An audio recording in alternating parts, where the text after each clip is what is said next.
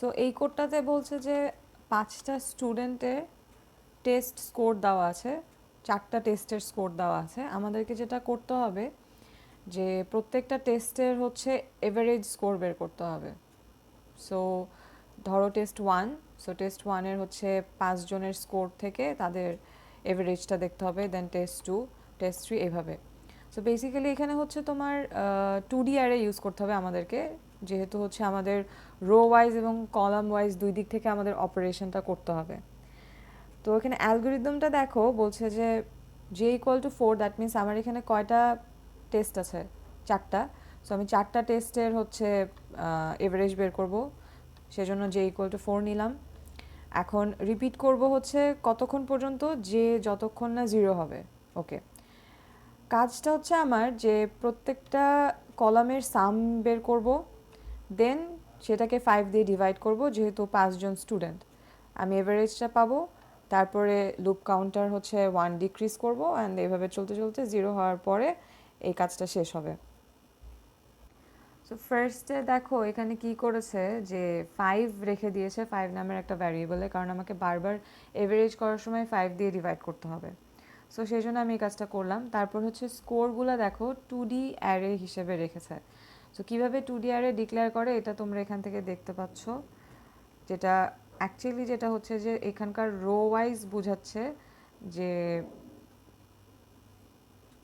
একটা স্টুডেন্টের ভ্যালু, মানে একজনের ভ্যালু হচ্ছে প্রত্যেকটা টেস্টে তার কতগুলা স্কোর একজনের, সেটা হচ্ছে রো ওয়াইজ হবে।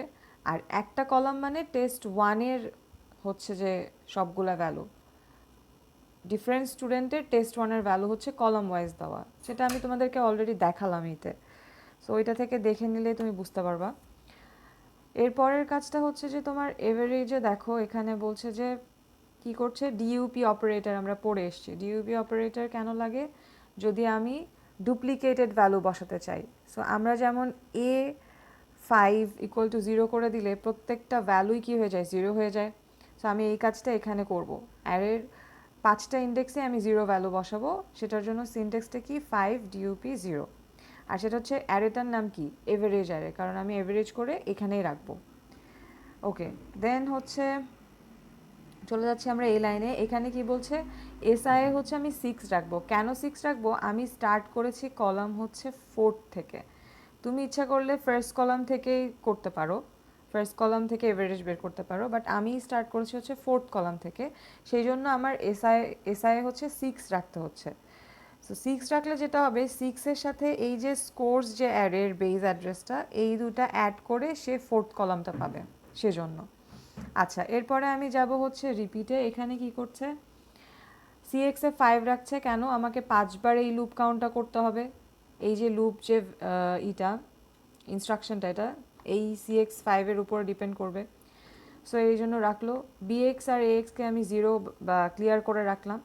কেন ক্লিয়ার করছি? কারণ হচ্ছে আমার বিএক্সে আমি রো এর ইন্ডেক্সটা বিএক্স দিয়ে বুঝাচ্ছি, আর এএক্সে হচ্ছে আমি কলাম সাম রাখছি। প্রত্যেকটা কলাম ওয়াইজ যে সামেশন, সেটাকে আমার 5 দিয়ে ভাগ করতে হবে। তো এই যে সামেশনটা আমি করব, সেটাকে আমি রাখছি এএক্সে। আচ্ছা, তাহলে এখন আমি কোথায় আছি? 4th কলামে, রাইট? সো 4th কলাম থেকে এখন আমি কি করলাম, বিএক্সে যদি 0 থাকে, তার মানে ফার্স্ট রো এটা, তাহলে আমি কি কোন ভ্যালুটা পাচ্ছি? 4th কলামের ফার্স্ট রো এর ভ্যালুটা হচ্ছে 33। তারপরে আমি বিএক্সের সাথে অ্যাড করলাম 8, তার মানে আমার দেখো 8 কেন অ্যাড করলাম, 4টা ভ্যালুর পরে আমাকে আবার এই ভ্যালুটা পেতে হবে 44।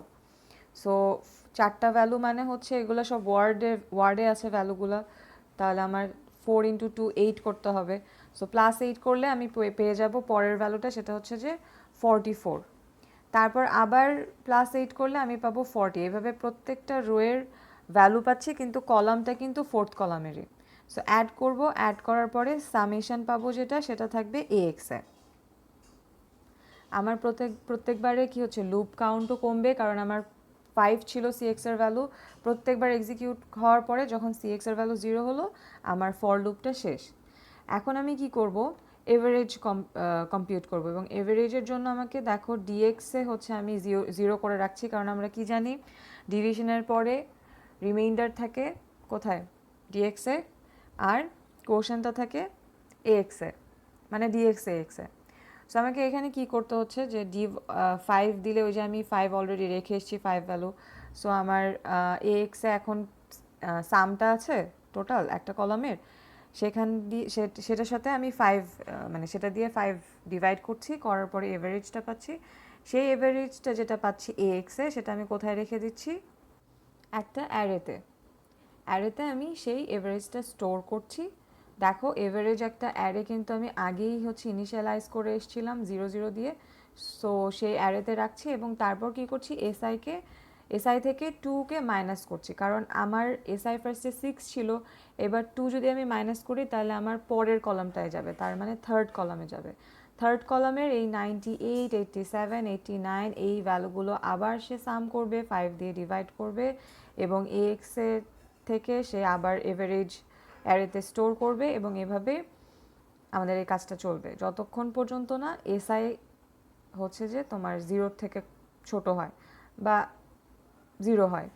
তখন কি হবে, আমি হচ্ছে তোমার 4টা কলামেই পেয়ে যাব, 4টা কলামেরই এভারেজ পেয়ে যাব। So our code here is done. এখন আমাদের হচ্ছে আরেকটা কোড আছে, সেটা হচ্ছে coding and decoding a secret message. So এখানে আমাদের যেটা করতে হবে, আমি একটা মেসেজ হচ্ছে ইনপুট দিব। সো ওই মেসেজটা থেকে তোমার হচ্ছে যে এটা একটা সিক্রেট মেসেজ, সো অন্য কেউ দেখলে মেসেজটা পড়তে পারবে না, কিন্তু আমি যার কাছে পাঠাচ্ছি সে হচ্ছে মেসেজটা ডিকোড করবে, করে দেন হচ্ছে মেসেজটা পড়বে। সো এই যে এনকোডিং ডিকোডিংয়ের ব্যাপারটা, এটা কমিউনিকেশনের ক্ষেত্রে যখন তোমরা আরও হায়ার সেমিস্টারে যাবা তখন পড়বা। তো এই জিনিসটা অ্যাকচুয়ালি এখানে আমরা অ্যাসেম্বলিতে দেখব, যে আমাদের অ্যাসেম্বলিতে কিন্তু একটা ইনস্ট্রাকশন আমরা অলরেডি পড়ে এসেছি, সেটা কি এক্সল্যাট ইনস্ট্রাকশন, যেটা দিয়ে আমি কি কাজ করতে পারি, খুব ইজিলি কনভার্সনের কাজটা করতে পারি। আমাকে যদি এ দেওয়া থাকে, আমি বলি সকল এ কে 3 দিয়ে রিপ্লেস করে দাও, আমি এক্সল্যাট ইনস্ট্রাকশন দিয়ে খুব ইজিলি কাজটা করতে পারি। সো এনকোডিং ডিকোডিংয়ের ব্যাপারে এই জিনিসটা খুব ইজিলি এই ইনস্ট্রাকশনটা ইউজ করে করা যায়। সো ওই কোডটা আমরা দেখব যেখানে কিভাবে করব। এনকোডিং ডিকোডিংয়ের ক্ষেত্রে বেসিক্যালি এই এক্সল্যাট ইনস্ট্রাকশনটা খুবই দরকার হয়, কারণ আমি যেটা করি যে আমি একটা মেসেজ লিখে সেটাকে হচ্ছে তোমার তালা লাগাই দিলাম, দেন সেটাকে আমি একটা চাবি দিয়ে দিলাম তোমার কাছে, যে শুধুমাত্র যার কাছে আমি পাঠাচ্ছি তাকে সে চাবিটা দিলাম, সে তখন ওই কি ইউজ করে সে হচ্ছে ডিকোড করলো মেসেজটাকে এবং তখন দেখলো যে হ্যাঁ আমি মেসেজটা পড়তে পারছি। সো এই জন্য এটাকে বলা হচ্ছে সিক্রেট মেসেজ, যেটা অন্য কেউই পড়তে পারবে না। তো এখানে দেখো ফার্স্টে কোড কি বলা হচ্ছে, 3টা কিন্তু অ্যারে আছে ডেটা সেগমেন্টে। ফার্স্টটা হচ্ছে কোড কি, তার মানে হচ্ছে যে তুমি বলে দিবা যে মানে তোমার চাবিটা তুমি বলে দিচ্ছ যে আমি কিভাবে ট্রান্সলেশনটা করছি। সেটা হচ্ছে এ যখন তুমি লিখছো, কিন্তু এ লিখছো না, দিচ্ছ হচ্ছে ইনপুট হিসেবে এক্স। তারপর যখন বি দিচ্ছ তখন বি না দিয়ে দিচ্ছ কিউ। সো আমার কাছে, মানে সাধারণ মানুষের কাছে যেটা এবিসিডি, তুমি সেটাকে ট্রান্সলেট করে দিচ্ছ এক্স কিউ পি এভাবে।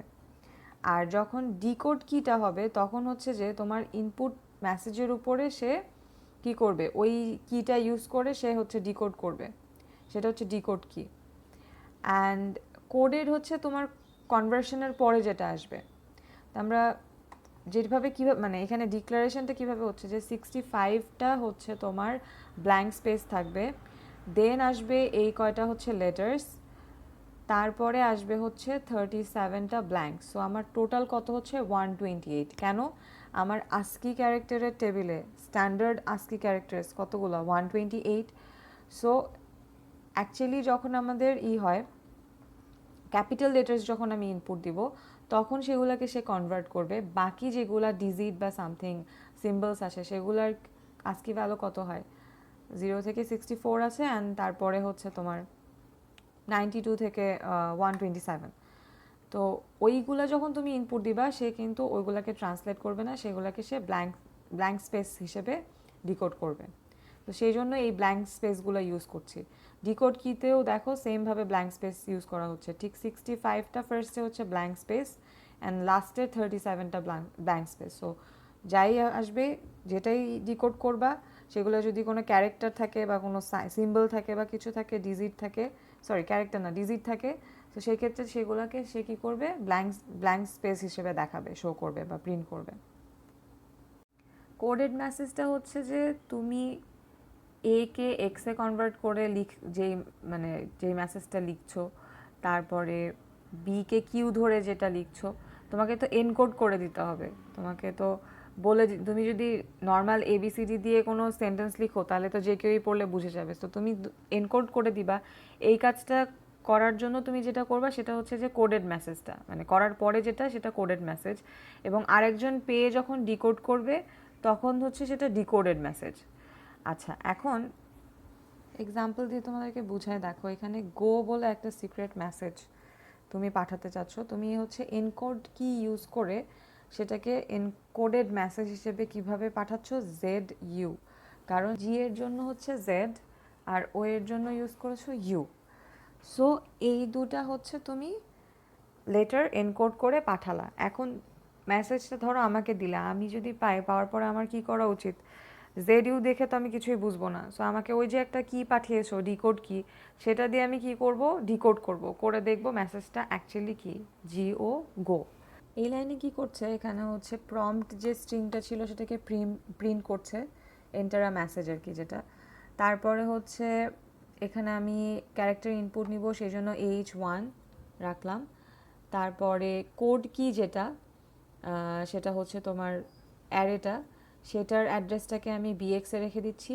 কোডের যে অ্যারে সেটার অ্যাড্রেসকে রাখছি ডিআইয়ে।